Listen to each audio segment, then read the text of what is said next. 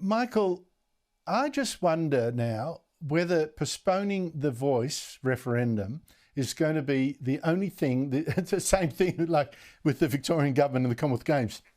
This Labor government has got to cancel or postpone the voice because it is going down like a stone and taking the government with it. It's like an anchor around their ankle right now, and it's not going anywhere. And the longer it goes, the worse Albanese looks with his shiftiness.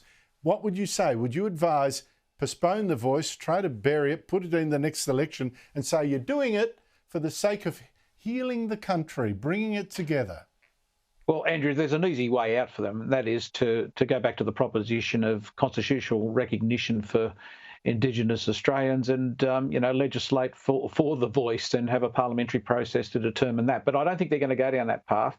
And if you look at what's going on at the National Conference in terms of the agenda, Labor's National Conference, people are at the base level are actually hardening their position. We have all this nonsense going on about the treaty being the next cab off the rank. But I think the treaty will actually finally kill the voice. If that proposition, does get legs that there will be a treaty, I think it's gone for sure. But Labor loves glorious defeats. I mean, I've been around the Labor movement a long time. They fight for all these glorious causes, and sometimes the fight is more important than the outcome for these people, and they all feel good and, warm in a glow.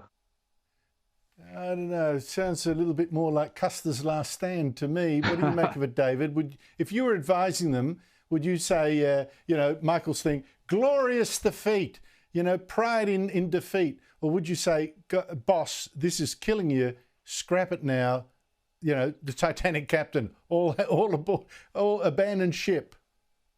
Yeah, I suspect that the Prime Minister's wedded to it.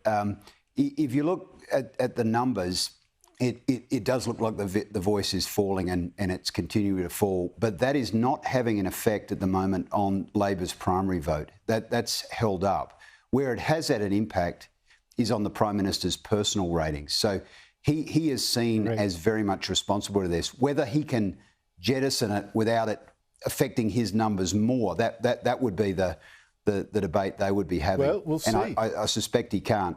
David Gazzard, you're right. David Gazzard, Michael Costa, thank you both so much for your time.